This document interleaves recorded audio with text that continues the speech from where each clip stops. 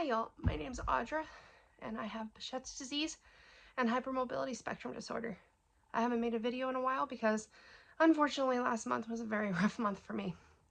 I got a cold that turned into a sinus infection, and then I got another cold that turned into bronchitis. Unfortunately, bronchitis is horrible. If you've ever seen the video on YouTube or Facebook or anything like that about there's a lady that says, ain't nobody got time for that, bronchitis, it's true. Bronchitis is very hard. I'm still got some bronchitis going on. It is getting better, and I lost my voice for about, I'd say, a week and a half.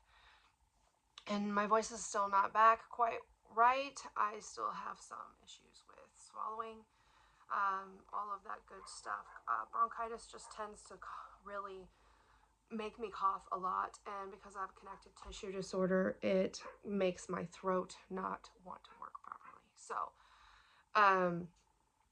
I'll probably be dealing with that for another about 2 to 3 weeks and while it heals.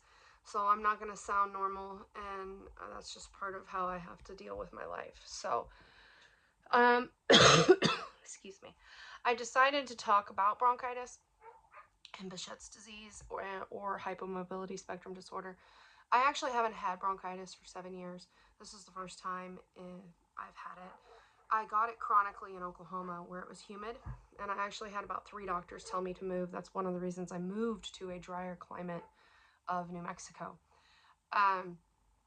This year in New Mexico, it has been very wet. We've consistently had humidity over 50%. And when I live in an environment where the humidity is consistently over 50%, I get bronchitis. It's just part of life. The last time I had bronchitis, when I lived in Oklahoma 7 years ago, I had it for 6 months. I was on 4 different rounds of antibiotics. I took 3 rounds of steroids, and it did not go away. It finally went away whenever, I think it was the middle of July, when it was just hot. And it's not that it's not humid in Oklahoma. In July, it is very humid. It's just finally, I guess, the heat kind of like helped me kick it. So I am not unfamiliar with bronchitis. I, in Oklahoma, had bronchitis probably since I was 15 years old until we moved when I was almost 30. So on and off my whole life. It's not a fun thing. I've never been able to personally find anything to kick it myself, but I feel that might be due to the autoimmune disease that I have. That makes it more difficult for me to kick bronchitis than most people. So I do have a list of some things. Some of them are from cold, but I did try something new this time and some things that are a little different than I have in the past to see if it would help.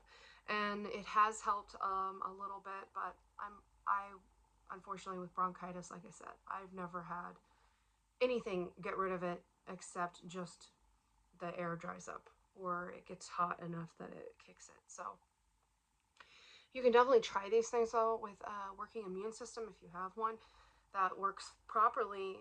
All of this stuff would be great to help boost your immune system and help kick that bronchitis. So the number one thing I do anytime I get a cold, the flu, respiratory illness, bronchitis, is I drink tons of hot tea. My motto is surviving off hot tea and prayer, because sometimes that's all I can do. My favorite tea is the Bigelow ginger peach turmeric tea.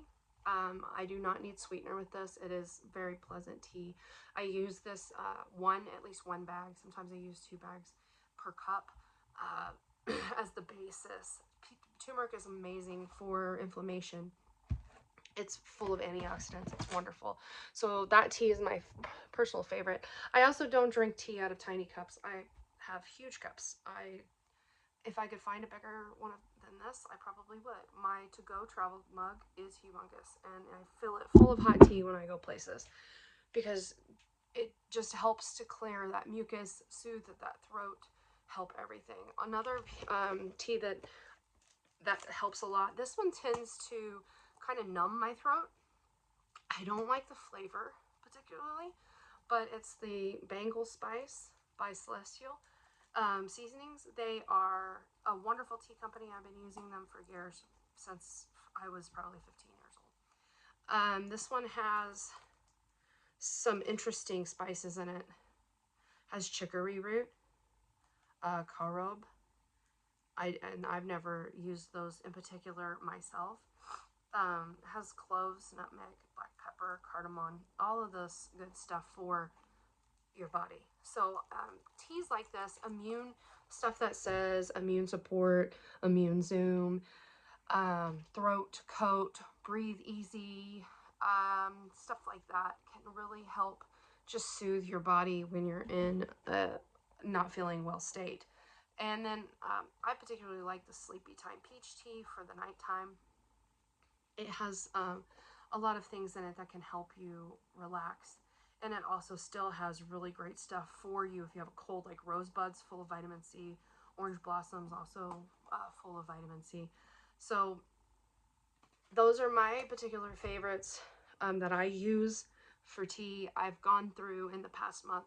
I normally have a massive tea stock, and I am down to 4 boxes of tea. So I had probably 20, and that's how sick I have been.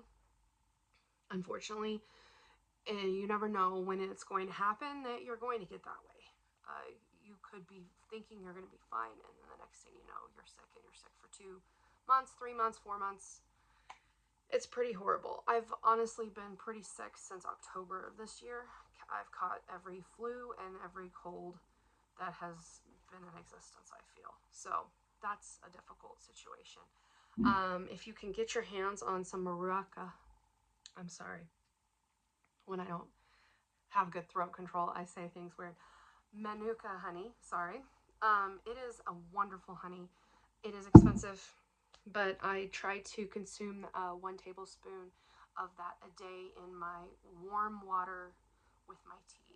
Adding lemon to your tea can also help you feel better. A lemon helps alkaline your body, which can help you get rid of illnesses faster. Another thing I tried this time, this is the first time I've made this concoction. This is like a health shot. You can buy those at Walmart now. Sorry, that's my cat. And I decided to make one myself. This is actually fermented honey. I already had like this much left in this jar. I had just made this 2 months ago, and I had already gotten down to here. So I've been sick. I don't put honey in every single cup of tea because honey obviously has calories. It can be fattening. So I only consume 1 cup of tea with honey in it normally. And you don't want to use boiling water with honey.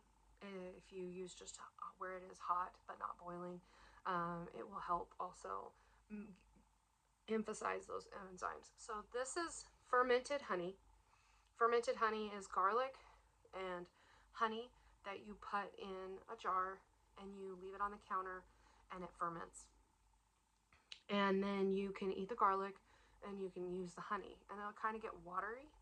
This one's more watery because this actually has other stuff in it. But I showed you guys a video of when I made this honey. And I decided it wasn't really kicking it as well as I would like. It wasn't making my immune system boost as well as I'd like. So this is actually red onion, 1 whole red onion, 2 cloves of garlic, about 1.5 of an inch of fresh ginger that is organic. And I have a tablespoon of turmeric, black pepper, and about a teaspoon of cayenne pepper in this.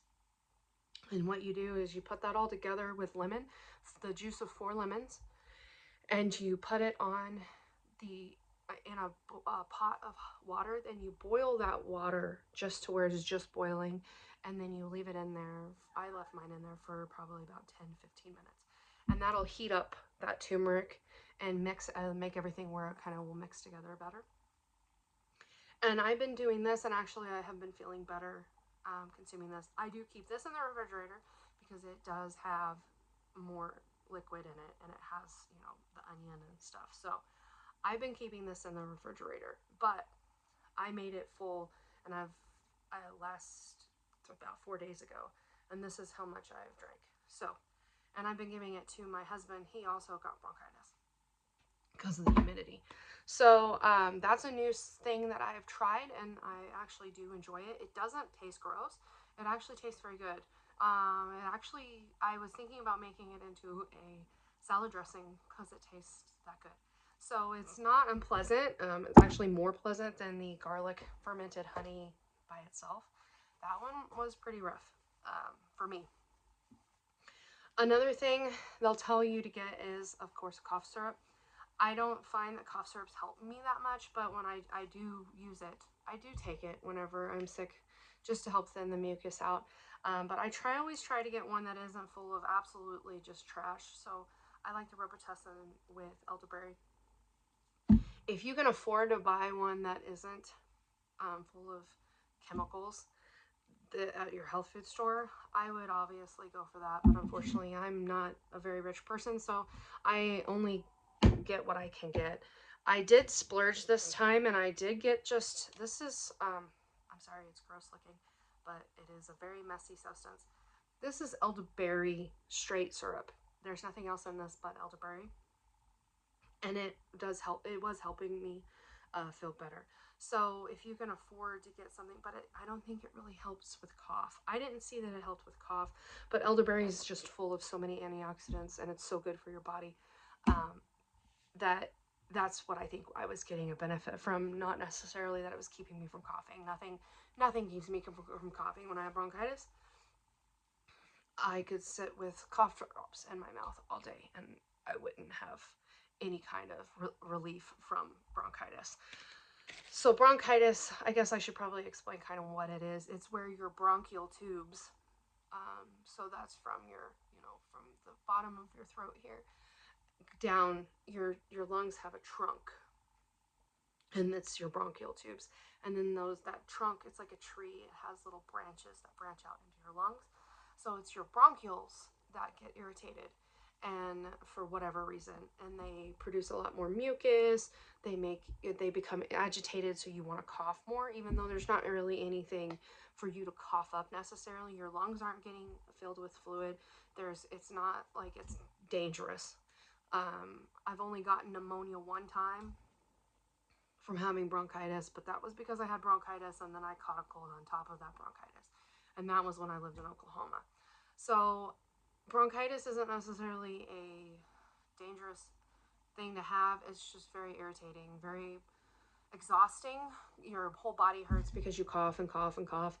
And so your muscles around your torso start hurting really bad. The muscles around your ribs, the muscles in your chest, your throat muscles will start hurting from coughing. It's just a very exhausting situation. And I purposely moved almost 2 states away just to get away from the humidity that was causing it. So it's pretty funny. 7 years later, I'm living in a place that now is causing me to get bronchitis. And if I have to move again, I will end up moving because I can't live like this. This is not living. This is just surviving. My best friend here in New Mexico she sells doTERRA, and she gave me these cough drops. These are not all day, every day, put one in your mouth every single time. These are like a medicine. That it really numbs your throat. I eat one before I go to bed because it numbs your throat. But all day, every day, I wouldn't recommend just sitting and eating these like they're candy. The ones that I hate doing because they do have sugar in them is like the Hall's Defense. It's the vitamin C ones.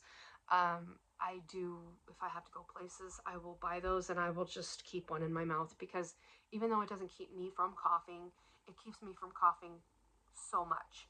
So if I have to cough, I can cough a little bit, suck on that cough drop, and then swallow some of the fluid from it and be able to stop coughing. Whereas if I don't have a cough drop in my mouth, I'm gonna just go into a coughing fit. It's really horrible. I also tend to get ear infections a lot when I get sick at all. So colds, flus. I had ear infections when I had COVID. Allergies can give me ear infections. I get ear infections very easily. My tonsils were so big when I was 20 and they took them out that it scarred under my ear canal. So I kind of have a tendency, if that area gets inflamed, it pushes up on my ear canal, makes me get ear infection. And I use this earache relief. It's a homeopathic one.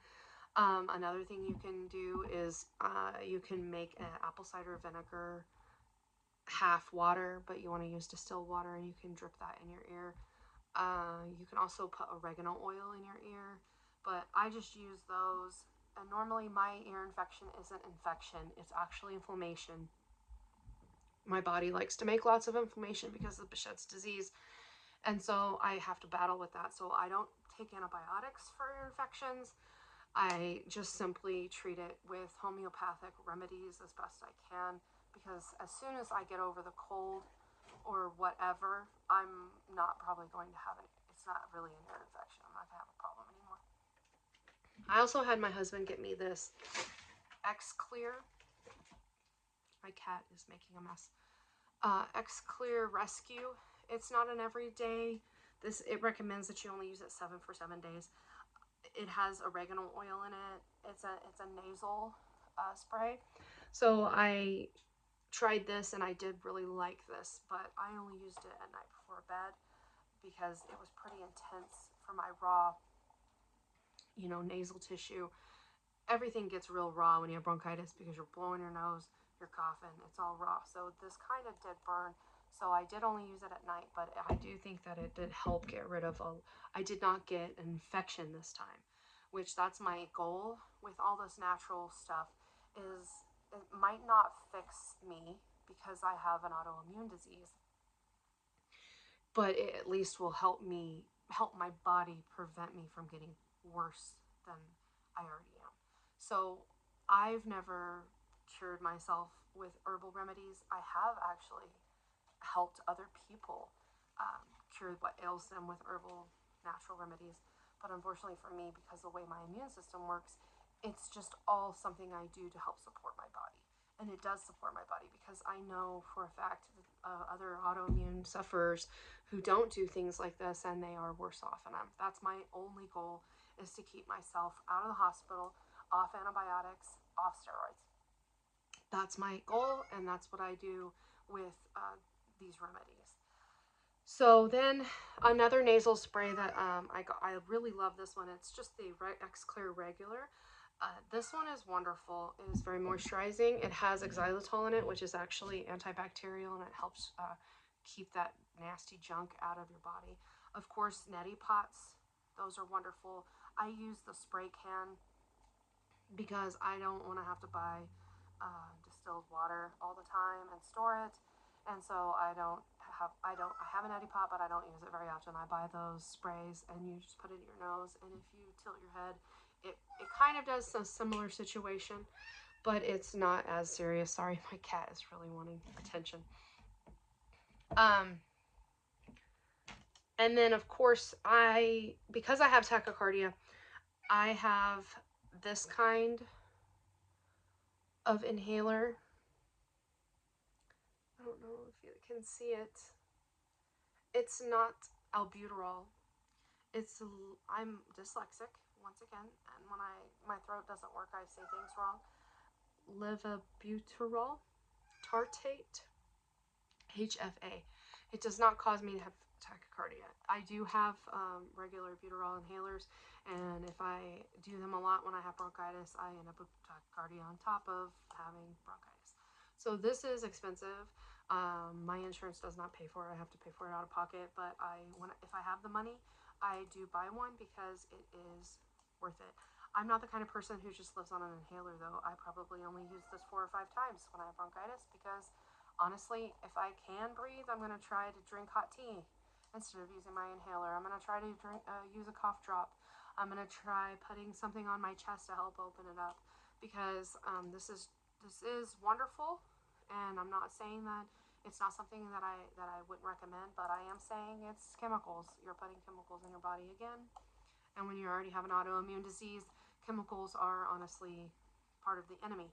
So I do use this one, but like I said, I only used it probably about 3 or 4 times this whole time. I've had bronchitis, and I've had bronchitis now for like 2 weeks.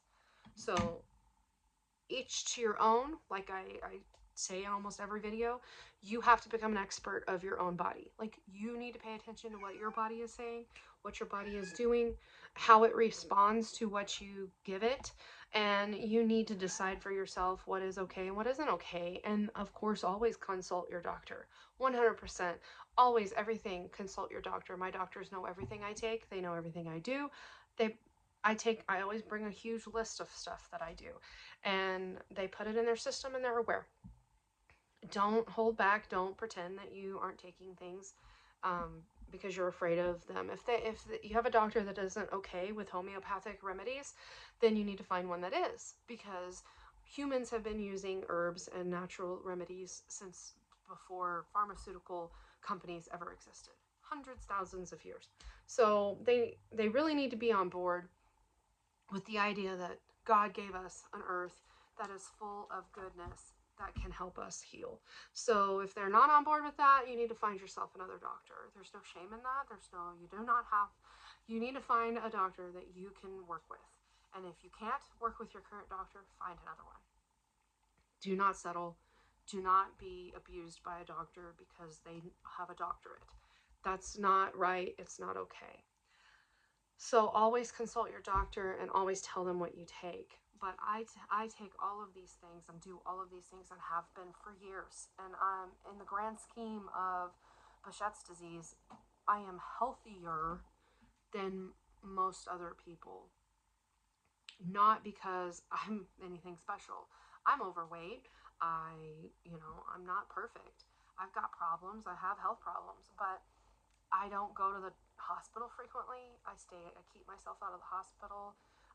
All of my normal blood work that they do on just everybody, that's like cholesterol, triglycerides, blah, blah, blah, is always beautiful. Absolutely beautiful. Anytime I do go to the hospital, that's normally what they always check first, and then they want to send me home because there's nothing wrong with me.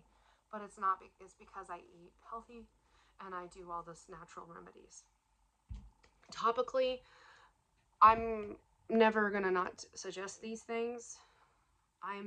This is my Windex. If I was my big fat Greek wedding dad, this is my Windex. This is arnica salve. It has cayenne pepper in it. It is hot. It will make you hot. That's good. Cayenne pepper helps increase circulation, helps get the bad stuff gone and the good stuff there, and it helps you heal faster. I put this on my chest when I have bronchitis, my throat, behind my ears, around my ears. I've even put it in just the first part of my ear canal because it increases circulation. If you are kind of a baby when it comes to topical inconvenience, I would be careful. Test it first on a part of your body that you're not worried about. It is a oil-based thing, so if you go take a shower, you may or may not get it all the way off. Sometimes I've actually been hotter after I was wet with this arnica. So you want to test it first. Make sure that your pain tolerance, make sure your inconvenience tolerance. It's not really that it's painful. It's not going to burn you, really. It's not going to hurt you, really, but it will definitely feel that way. And you need to make sure that you can handle that in your pain tolerance. Personally, I have been in so much pain before that this is nothing. This is absolutely nothing. If you have a very high pain tolerance, it's not going to bother you that much. Another thing is the Ultra Penetrate from Melaleuca. This is similar to Biofreeze, but I think it's about 100 times stronger. You feel like you're on fire and you are cold at the same time. I am careful about using this on my chest when I have bronchitis because a cold chest actually is bad. It can make it worse, but I do use it on like my throat area right here, where you would put like Vicks Vapor Rub. I'm still on the hunt for a good Vicks Vapor Rub. This is just a jar I have. I lost the lid this time. And you could put it on your throat. All the traditional places. I'm trying to find a more natural version. I have not been successful in doing so. Pain-wise, I don't take pain medication. I don't like the way pain medication makes me feel, so I don't get a cough syrup with pain medicine in it.